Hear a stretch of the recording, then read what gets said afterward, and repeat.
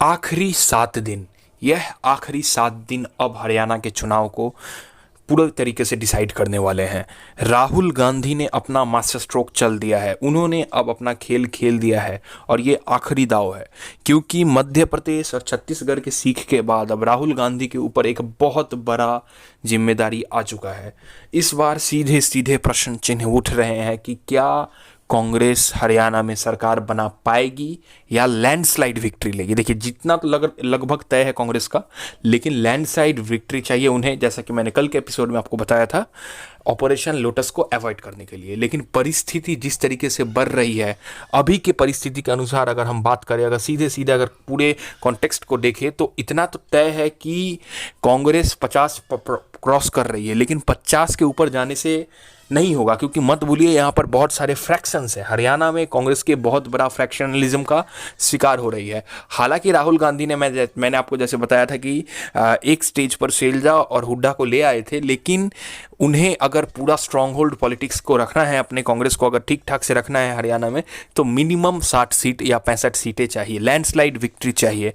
और इन्हीं मुद्दों को देखते हुए, इन्हीं मुद्दों के साथ अब आगे बढ़ते हुए अब राहुल गांधी ने 3 दिनों की पदयात्रा की घोषणा कर दी है। हाँ, उसी पदयात्रा, भारत जोड़ो यात्रा की तरह ही, जिस तरीके से उन्होंने अपने छवि को सही किया था, पूर्व से पश्चिम, दक्षिण से उत्तर तक जिस तरीके से उन्होंने यात्रा की थी और जिस तरीके से अपना इमेज को रिकवर किया था, मेकओवर किया था, क्योंकि पूरी गोदी मीडिया, IT सेल जिस तरीके से उनके इमेज के पीछे पड़ गई थी, वो हमें नहीं भूलना चाहिए।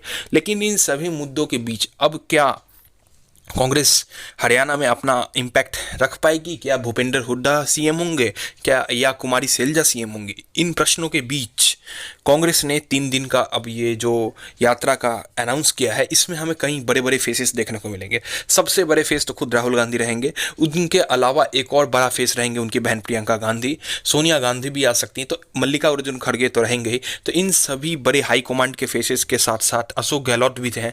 तो इन सभी लोगों के द्वारा अब कांग्रेस किस तरीके से हरियाणा में अपना फुटहोल्ड जमाएगी, विनेश फोगाट किस तरीके से अपना इम्पैक्ट फेंकेंगी, क्योंकि वरिष्ठ पत्रकारों से, कई सोर्सेस से मुझे ये पता चला है कि विनेश फोगाट कम से कम 5 सीटें जिताने वाली हैं अपने दम पर।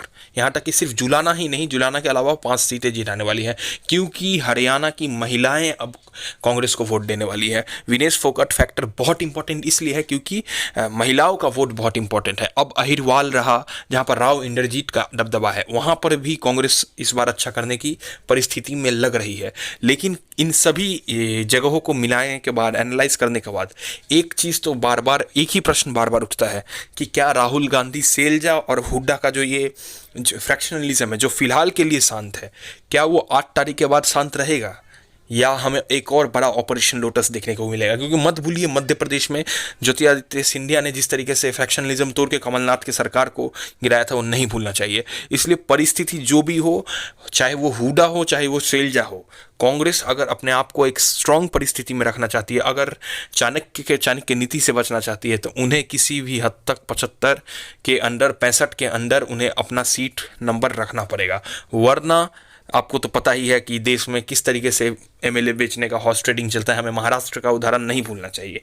तो इन मुद्दों के साथ, इन सभी मुद्दों के साथ जिस तरीके से कांग्रेस आगे बढ़ रहे हैं, जिस तरीके से राहुल गांधी आगे बढ़ रहे हैं, प्रबल दावेदार लग रहे हैं सरकार बनाने के लिए, अभी तक के लिए। और ये टक्कर इस बार सीधे सीधे कांग्रेस और बीजेपी के बीच में होगा। हरियाणा के वोटर अन्य पार्टियों को वोट कटुआ समझ चुके हैं।